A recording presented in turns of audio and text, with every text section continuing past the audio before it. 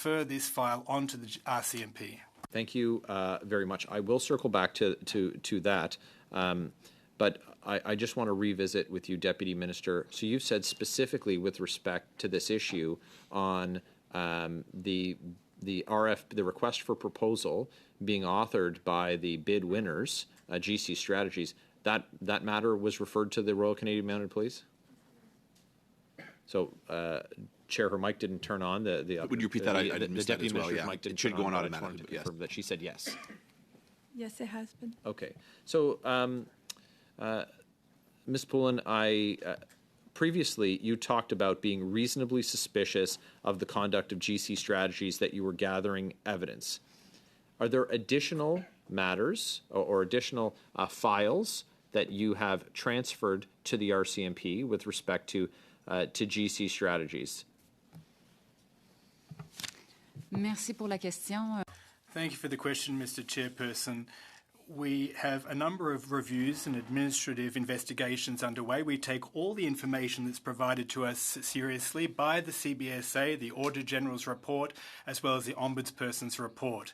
So we've analysed all of these files, and certain steps of the preliminary investigation are underway to validate the allegations that have been brought to our attention. As soon as we have adequate evidence to substantiate those allegations, and that's part and parcel of our process, then to transfer the information to the RCMP. Have you at this point transferred any information to the Royal Canadian Mounted Police as a result of those reviews? Donc, nous avons transféré... We've transferred the same file that the Deputy Minister just alluded to. So we shared our concerns with the RCMP as to the fact that a supplier was working on its own statement of work. Suivant. Next, it's Ms. Yip. You have the floor for 5 minutes, please. Thank you. Thank you, Ms. Reza, and your department for your tremendous efforts during the pandemic. The Auditor General looked at contracting for PPE as well as for vaccines. Can you remind us of her findings on the contracts for these two categories? I think I might answer that question.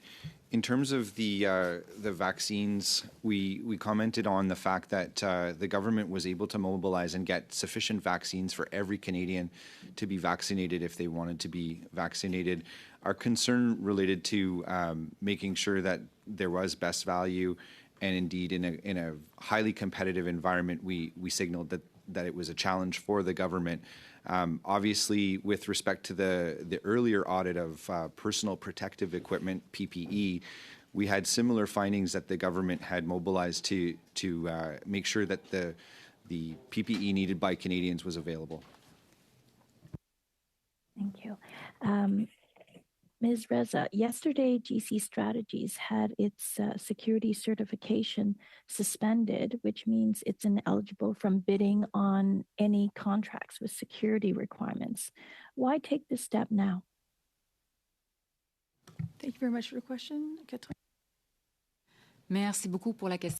Thank you very much for the question, Mr. Chairperson. So as I explained earlier, we take very seriously all allegations that are brought to our attention when it comes to our suppliers and some of their bosses. Now, it's important to understand here that we have to substantiate those allegations with evidence, to have adequate evidence that they are not complying with the contract security arrangements. So, when we look at the allegations, we determine whether there's enough evidence to establish that one of the directors of GC Strategies was no longer compliant with the contract security program. So the first step in this case was to suspend the director's security clearance, and when that security clearance was indeed suspended, GC Strategies automatically fell into non-compliance with the contract security program, and that triggered the suspension of their own security clearance.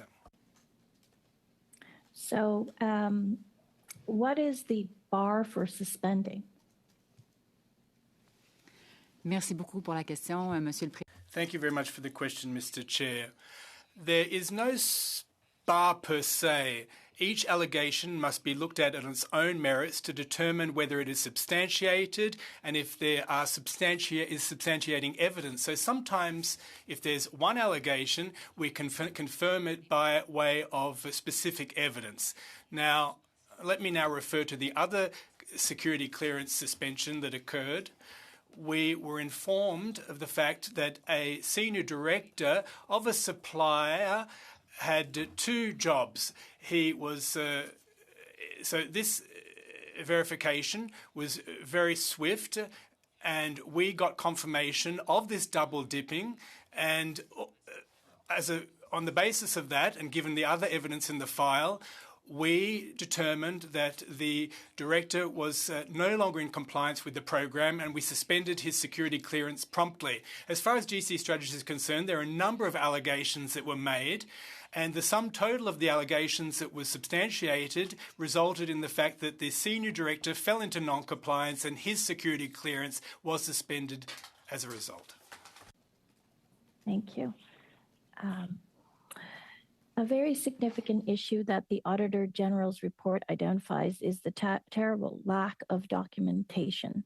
As we all know, supporting documents were either not kept with the appropriate file or, in some cases, not kept at all. PSPC expanded the new electronic procurement system last year. Can you tell us more about the system and whether you believe, had it been in use for this project, would it address some of the concerns around the document retention? Thank you very much for the question. I want to start by saying that this is a recommendation that we also saw in OPO in terms of the documentation on the PSPC side, what we need to do better. Dominique is going to talk to it in a moment, but I just want to be unequivocal. This is about due diligence and ensuring that we have the right documents on file so that when the auditors come in, Parliament, Canadians, there's a clear thread to the decision making. So we're really going to double down going forward on due diligence. I think you heard my colleague earlier talk about some of the measures we're taking to have greater price substantiation, cost control, decisions, the functions that are being associated with the task authorizations, meticulously recorded. But there is an additional wrapper around that, and that is the e-procurement system, taking what has been traditionally paper across the system and putting it into a procurement system that's online, digital, that's going to give us a lot of different various elements, including security, audit, and take it over. So it was launched in 2018. So sorry, Mr. Port, we're going to have to come back to this. So I'm well over. I appreciate it, but there is time remaining for members to pick this up again, and I'm sure they will. Turning now to Ms. Kuzi, you have the floor for 5 minutes, please. Thank you very much, Mr. President or Mr. Chair. Very much appreciate it. Before I get into my questions, I just want to say to Canadians and to all of the Liberal members, on this committee, the ministers are inexplicably implicated in overseeing these projects. That's what a minister is for, to oversee the spending of taxpayer dollars. That is their job, to oversee all these things. It would be impossible not to implicate the ministers in these projects and in the outcomes that are received or not received for Canadians. It is impossible to not imply the ministers, to not implicate the ministers here. I want to make that absolutely clear. Team of the Auditor General, you did a report on government benefits modernization and found that it was over budget by $3 billion. Is that correct? I don't remember the exact number, but we did find that there was over budget that was happening. Okay. And would it be fair to say that this is the largest IT modernization program in Canadian history? Would that be an accurate comment? It is certainly a large one when you consider the fact that it's dealing with CPP, EI, and other major benefit programs for Canadians. And would it be fair to say, based upon what we've seen with the creation of Arrive Scam, that this project is largely based on IT outsourcing? I think that's evident from the way that the contracts have been running. we identified in the report that there was a heavy reliance on external contracts instead of the public service, and that over time there should have been an analysis of how to move that work to the public service. So then it would be fair to say that for this project, the largest project in the history of Canadian government, that the Canadian government is using outsourcers such as GC Strategies and others. Would that be a safe assumption in this case? Just to be clear on my last answer, I was referring to the ArriveCan audit. In terms of the benefits delivery modernization, I think as we heard from the Chief Information Officer in December, it is important to rely on external contractors for some work. The real question is making sure that there is a rationale for using external contractors versus the public service, and identifying when things should be done by the public service. But essentially, this project, the largest IT project in Canadian governmental history, is the same process that was used for ArriveScam is being used for this project. Would you say that's accurate? I don't think I'm in the best place to comment on that. I think perhaps what I might turn this over to the Deputy Minister, but before I do, I would mention that the ArriveCan application development happened in the context of the pandemic, where national security exceptions may have been available. I don't believe that the situation is on all fours with the benefits delivery modernization.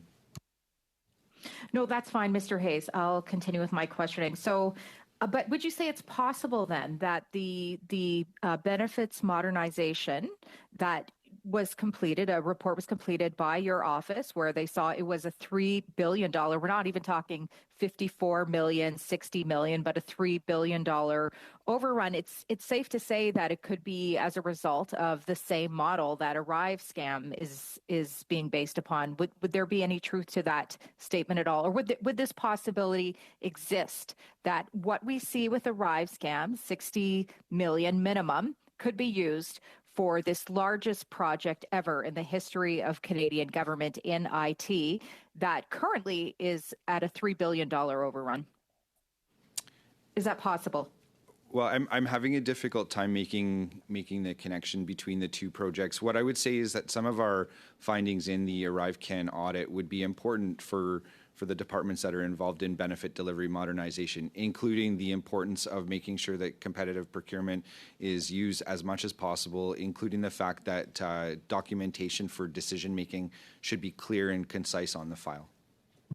Yeah, I don't think it is difficult to make the connection because we have this $50 million, $60 million ArriveScam application. I think it's very easy to apply it to Just- these point of services. order. And just I'm one- sure just- IT Ms. Kusi, middlemen I've are stopped the clock. salivating at the prospect Ms. of $3 Kusi, billion I have a point of in order. overruns. I will return the floor Thank to you, Mr. you President. shortly. The witness has been answering the question, and we've seen this already from the Conservative members, that witnesses are answering questions clearly, and they are characterizing and yes. misquoting the officials. This isn't a point of order. Thank you. Well, Ms. Shannon, there was no misquoting. They're engaged in a discussion. Ms. Kusi, you have the floor. We discuss, they cover up. You have the floor for about 20 seconds for your closing remarks, please. Yeah, thank you very much, Mr. President. I think that it's very evident.